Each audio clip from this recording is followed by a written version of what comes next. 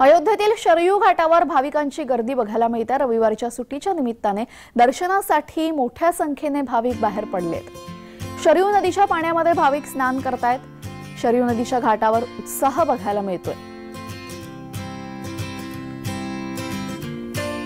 शरयू नदीच्या तीरावरील वातावरणाचा आढावा घेतलेला आहे आमचे प्रतिनिधी रोहन कदम यांनी। पाहूयात।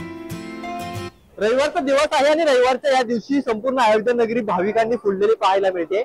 आपण आता शरयू नदीच्या घाटावरती आहोत आणि शरयू नदीचा घाट हा एक पवित्र घाट मानला जातो आणि या ठिकाणी आंघोळ करण्यासाठी आणि हा संपूर्ण घाटाचा परिसर जो आहे तो पाहण्यासाठी सध्या देशभरातून भाविक जे आहेत ते मोठ्या संख्येने दाखल झालेलं चित्र आज सकाळपासूनच पाहायला मिळत आहे। हे सगळे भाविक जे आहेत ते आता या पवित्र अशा शरयू नदीमध्ये आंघोळ करतात आणि आंघोळ करून पुढे ते हनुमानगडी आणि प्रभू श्रीरामांच्या दर्शनासाठी पुढे जातात। त्यामुळे शरयू नदीला एक आनंद साधारण महत्व संपूर्ण या भूमीमध्ये असलेलं पाहायला मिळतं। रविवारच्या दिवशी मोठी गर्दी दरवेळेस झाला होताना आपल्याला पाहायला मिळते। सायंकाळच्या वेळेस शरयू नदीच्या घाटावरती पवित्र अशी आरती देखील होत असते आणि या आरतीनंतर लेझर शो देखील या संपूर्ण घाटाच्या परिसरामध्ये होत असतो।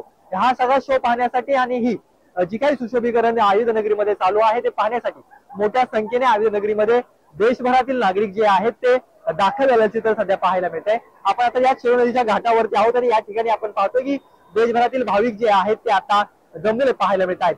खरं तर 22 तारखेला प्रभू श्रीरामांच्या प्राणप्रतिष्ठेचा सोहळा होतोय। त्या सोहळ्यापूर्वी जे आहे ते भाविक अयोध्या नगरीमध्ये येण्याची संख्या लाक्षणिक आहे। याहून जादाची भाविक जे आहेत ते 22 तारखेनंतर कदाचित येऊ शकतात आणि त्यांची सुखसुविधा मिळण्यासाठी जी सध्या यंत्रणा सध्या अयोध्या नगरीमध्ये कामकाज करत असलेलं चित्र सध्या पाहायला मिळत आहे। रोहन कदम, जय महाराष्ट्र न्यूज, अयोध्या।